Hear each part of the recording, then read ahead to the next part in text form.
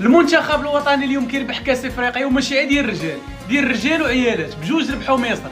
عرفتي كون داوات الكاس هذا المصريين كانوا غيديروا لنا حاله وحنا حتى شي واحد ما جايب الخبار. كما كتعرفوا ان مصر نظمت كاس شمال افريقيا المؤهله الى كاس افريقيا اقل من 15 سنه، واللي شارك فيه المنتخب الوطني المغربي بالذكور والاناث، وبجوج داو لهم اللقب، وبجوج ربحوا الجزائر في النصف، وفي الفينال بجوج ربحوا مصر. الذكور ربحوا مصر بجوج ل0 والاناث ربحوهم ب4-0. وبغيتكم كاملين تشجعوا وتعطيو لهاد الوليدات هادو حقهم تبارك الله عليهم، السبوعه ديالنا اللي هازين الرايه المغربيه.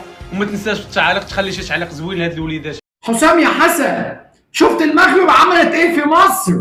ده مش في مباراة، ده في 2 رجال وسيدات. ولكن انا عايز اقول لكم حاجه، مغاربه احنا بنحبكم، مش حسام حسن اللي يخليكم تقسوا علينا على ارضنا وسط جمهورنا. بقى شكلنا وحش، حرام عليكم. اوعى تاخدوا ذنب 120 مليون بذنب مدرب لا يفقه الكلام ولا عنده اسلوب لبق كيفيه التعامل مع شعب اكرمنا وحطينا جوه عينيه اثناء البطوله، وعلشان يقول لك اصل الجمهور غضب علينا وما شجعناش عشان كده خسرنا. طب النهارده مفيش حد شجع المغرب وبيلعبوا على ارضنا وسط جمهورنا، لا عارفين نكسب، لا صغار ولا كبار. كبار بناخد على وشنا وبنرجع قفانا يقمر عيش، وعلى ارضنا بنتلبى. النهارده منتخب المغرب تحت 15 سنه سيدات يفوز على المنتخب المصري 4-0، 4 زلطه بدون رحمه على ارضنا.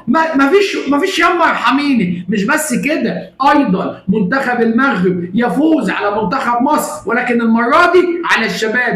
ادوا البنات 4، لا قالوا لا لازم الرجاله نعمل لها حساب برضه، ادوها 2-0 على ارضنا وسط جمهورنا. المجموعه اللي موجود فيها المغرب ومصر والجزائر، ومصر هي. وفينكم المغاربه شفتكم ساكتين؟ اليوم ربح المنتخب المغربي اقل من 15 سنه كاس افريقيا بنات ودراري. اياه بنات ودراري، وبجوج ربحوا ضد مصر. البنات ب4 والدراري بجوج. ايوا قولوا تبارك الله، ربي يحفظ لنا وليداتنا.